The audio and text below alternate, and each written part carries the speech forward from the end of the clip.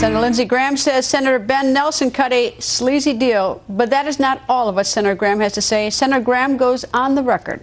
Senator, nice to see you, sir. Thank you.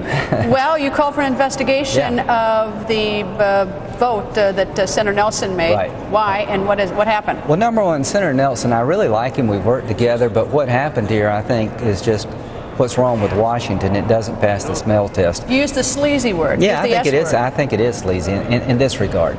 You're one vote short, so the guy that's holding out, you get him in a room, not negotiating on C-SPAN like a promise was made during the campaign, but a backroom deal, and once the deal is announced to the public, you learn that Nebraska is the only state in the union that will be exempted from a mandate that the federal government is imposing on all other states. Medicaid expands under this bill to 133% above poverty. In South Carolina terms, that's 500,000 new people going on to Medicaid. It will cost my state $1 billion to make the state match. Nebraska, all new enrollees will be covered by the federal government forever, a deal that no one else gets.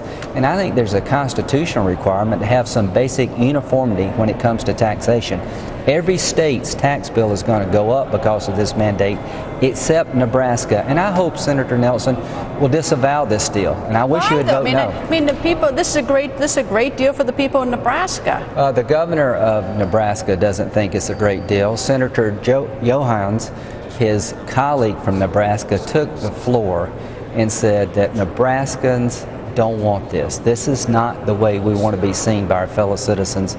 He asked that this not be done on behalf of the people of Nebraska, and I really admire that. And again, Senator Nelson, we have been friends. This is what makes people so disgusted with politics. Why do you do it then? Why do you agree to it? I just think you're rushing this bill through. We're going to pass it on Christmas Eve. We could have waited and came back next year. We could have understood what's in it more. We could have let some heads cool and tempers calm down. It's a rush to judgment. He felt a need to be a team player here. That wasn't team. He's got offered a lot of cash. I mean, let's face it. I mean, for his state, not for himself, but for his state. At the end of the day, he was the vote that would make this go through the Senate. And what did he do for the country as a whole?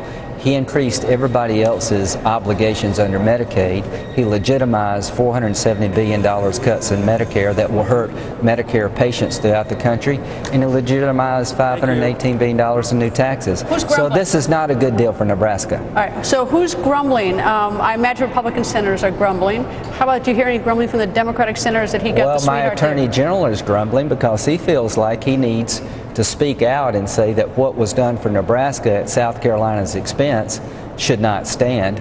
Everybody on my side is grumbling because this is not the way you change Washington. This is not change we can believe in. This is the worst of politics. And I hope the American people will grumble. And the senator from Nebraska, the other senators grumbling, the governor of Nebraska is grumbling. And how can a colleague of Senator Nelson's go back, say to Virginia, and say, you know what I did?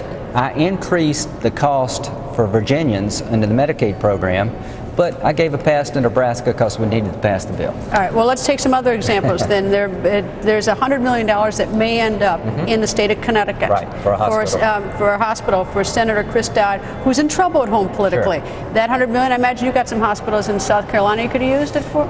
I've got 12% unemployment. So why does Connecticut get it, and why isn't South Carolina getting it? Well, and does that make you mad? I think what it makes me is disappointed. Yeah, I'm angry at the process. I mean, we're beyond that. There are people. We have a 10% unemployment. When I call it sleazy, what more can I say? So why did Senator Harry Reid, the majority leader, give this deal to Senator Ben Nelson just to get the bill? I don't think you need to be Sherlock Holmes here. I mean, he did a deal for Nebraska to get Ben's vote, and it's blown up in his face. And I think there'll be a backlash in the country. I think Senator Nelson will change this deal because it's unconscionable, won't stand scrutiny, and I think it will change over time. And this may be the straw that broke the camel's back regarding the fate of this bill when it goes to the House. How would you like to be a House member having to vote on this package? How would you like to be a House member saying, I'm going to support federally funded abortion, which is in this bill? How would you like to be President Obama? He's going to sign it. Your thoughts on that? You know, I hate it for the country that this bright young man who captured our imagination during 2008 said, I'm going to change Washington. Health care will be negotiated on C-SPAN. You will know the deals. There will be no more backroom deals. We're going to change the culture in Washington. Change you can believe in. And here he is embracing what I think is Chicago-style politics. Get them in a room, give them what they need, punish your enemies, and reward your friends. I think this is going to change the public's view of the Obama administration. If you bless this kind of politics, which is the worst of the old system, then how can you look the American people in the eye and say that you're an agent of change? I think he's lost a lot. Senator Nelson has lost some standing in terms of trust among the pro-life community because his effort to negotiate a prevention of your dollars being used to fund abortion was rejected by all who follow this. So it's going to hurt the administration, I believe. And so you say sleazy. Disappointing, sleazy, unconstitutional.